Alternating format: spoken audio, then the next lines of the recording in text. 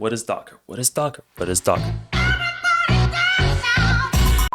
Hey, welcome back. Today I'm going to be discussing Docker. It's one of the tools I'm going to be picking up on my roadmap of learning things this year. So just, doing the usual upscaling. Let's see how fast I can explain Docker based off of a couple of days I've just been learning about it. Let's get into it. What is Docker? So you can think of Docker allows developers to package software into portable containers. As you see right here, you have this container on a machine, and pretty much these portable containers include libraries and system tools, runtimes, and etc. to run your application code. Now, let's get into the benefits of using Docker. So with these portable containers, all the environments hosting the containers will have the same configuration. So there's no more, well, it works on my machine phrases getting passed around. So just imagine if one application relies on this version of a runtime while the other application relies on another version of a runtime. Each application can have its own container to have a specific runtime to function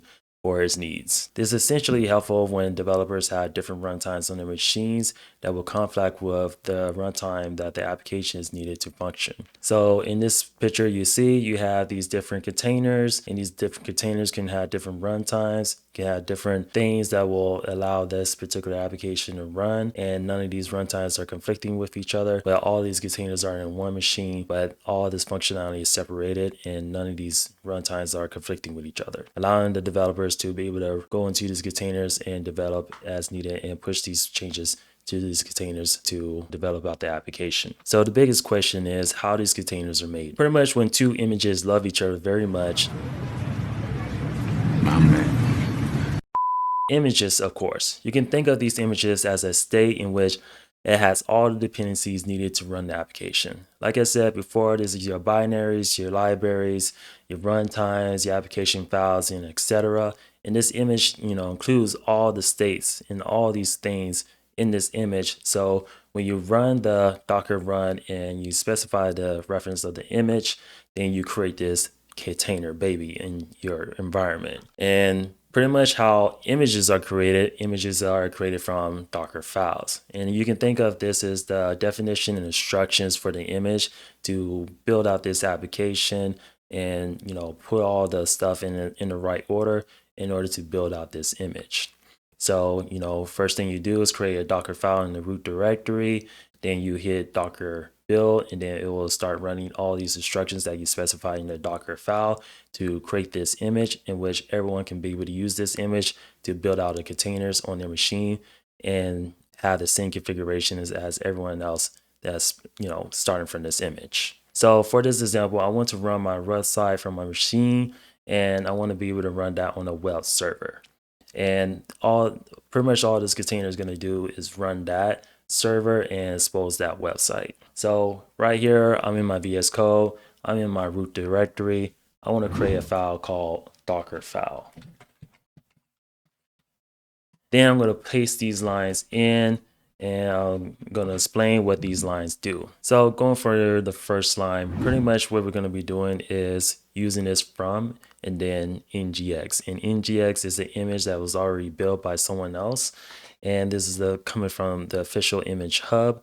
I'm going to be pulling in that image to get the ngx image. And pretty much what ngx is a web server software. It's pretty much, the basis of like hosting on a website for a server. A lot of companies and a lot of things use ngx to serve their website and also use it for reverse proxies. In this particular case, we're going to be using it for a web server. For the second line, what we're going to be doing is copying the directory to a specified area for the web server, to paste our static files.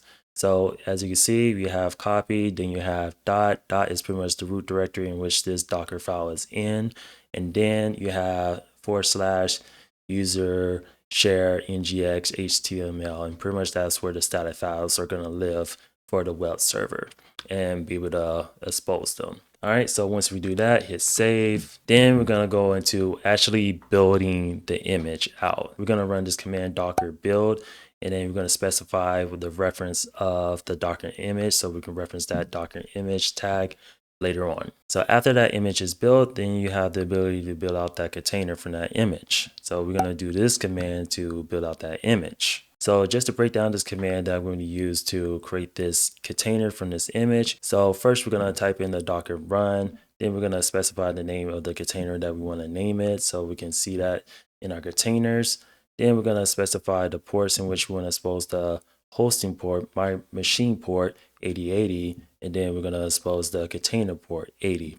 And then we're going to reference the image that we want to build the Docker container from. Hit enter and start building the container. And then you can see on the left hand side with my VS Code, that container is built. So now if I go to my browser, go to local 180, then you will see the site as shown. So pretty much, as you know, just to go over a quick summary, I created a Docker container that will be able to host my static resource files for my website on a web server that's using the NGX software. I suppose the ports of the container. That's pretty much that. And yeah, there you go. So you want to get started with Docker. So this is what you need to do to get started with Docker. All right, so first off, you're definitely going to need to install Docker. There's going to be some checks and stuff like that. But for the most part, it's just going to install the Docker engine so that you can run the commands, but also the CLI commands and other additional stuff.